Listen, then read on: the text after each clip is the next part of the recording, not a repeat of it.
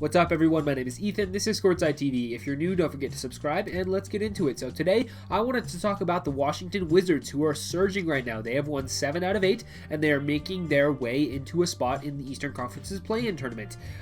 They have taken advantage of the Bulls kind of slipping a little bit recently, and the Raptors kind of packing it in for the year.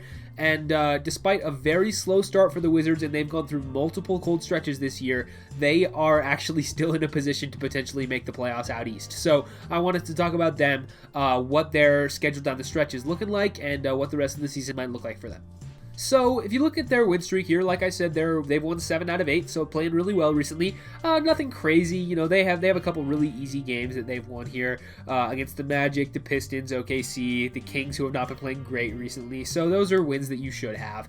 But there's a couple of actually really gutsy wins on here. That Golden State win is a game that they probably should have lost, but Wiggins fouled Bradley Beal on a three-pointer, and then it was an and one, and they went up by 1 late in the game, and then Damian Lee didn't pass. Don't ask me about that game. I'm a Warriors fan. That game sucked. But the Wizards pull out a win there, lose to the Suns, which is expected because that was on a back-to-back on the road, and the Suns are a really good team. They pull out a win against the Jazz, which was certainly unexpected. Get a 4-point win there on a night that the Jazz were a little bit banged up and didn't play their best, but still the Wizards took advantage and came out and get a win.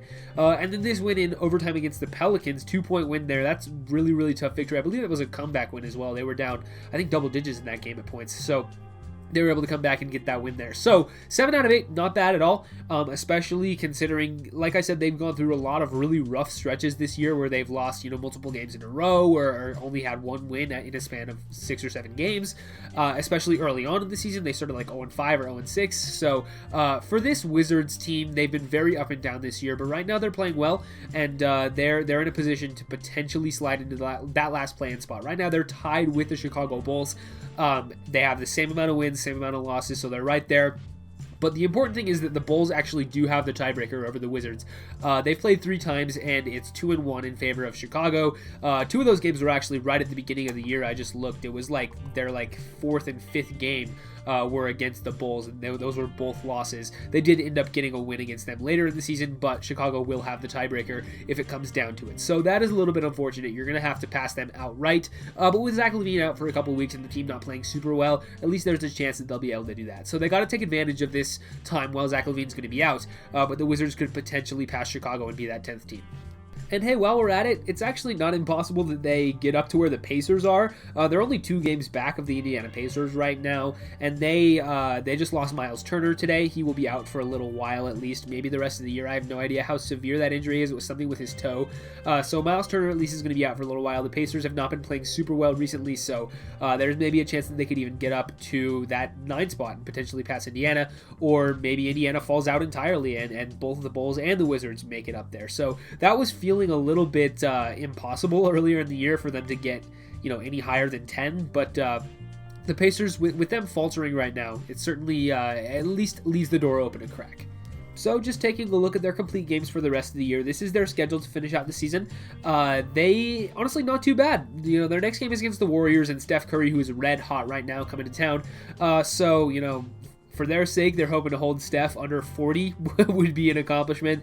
So we'll have to see how that game goes, but that's certainly a more challenging one. After that, though, you got OKC, Cleveland, the Spurs, who have been up and down recently. Lakers, who knows, potentially LeBron and AD are back by then. Anthony Davis probably will be, considering he looks like he's going to return pretty soon. Who knows about LeBron, but at least maybe that's a winnable game. They have him at home. So then the Cavs again. You get the Mavericks, who have sort of been up and down recently. They play the Pacers twice, which can certainly go a long way towards potentially passing them. Like I said, they're only 2 games back, and they play them twice. So they're in control of their own destiny there. If they can at least keep pace with Indiana and are able to beat them in those 2 games, then they could potentially overtake them in the standings. It's certainly not out of the realm of possibility.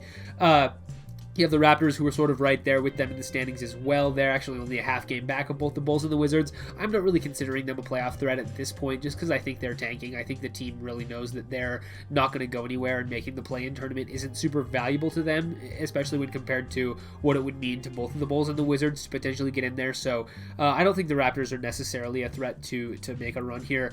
The Bucks is a tough game. You have 2 games against the Hawks, who are up there in the standings.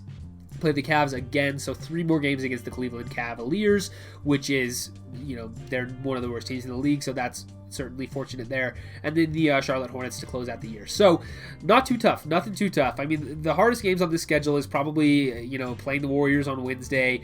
Then they have the Lakers coming to town. The Bucks on the road is probably their toughest game remaining.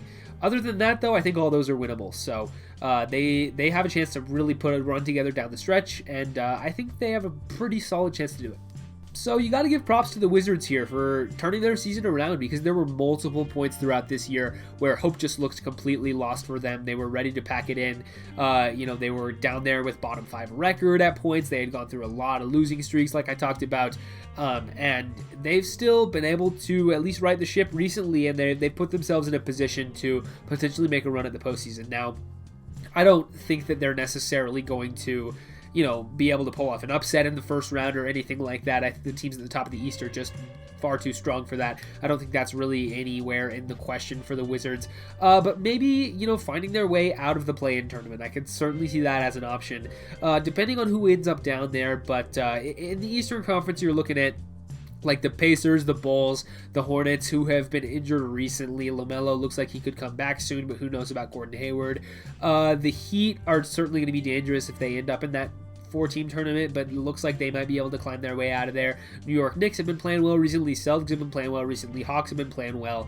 So, maybe there's a chance that they end up with the 7th or the 8th seed. Certainly they have a chance to compete against teams like the Pacers, the Bulls, and the Hornets, assuming that Hayward is still going to be out for a while. So maybe there's a chance for them to get into a first-round series and potentially give the Nets or the Sixers a run for their money. I have no idea. I wouldn't pick them to pull off an upset, but you got Bradley Beal and Russell Westbrook on your team, and that's going to be, that's certainly a squad that nobody wants to face in the first round. Let's put it that way. So I think that's about all I have on the Washington Wizards and their run recently. Like I said at the top of the video, if you're new, don't forget to subscribe, leave a like, ring the bell if you want to, leave a comment, let me know what you think about the Wizards and their season so far. Would love to know your thoughts down below. But with all that said, I'll see you guys in the next one.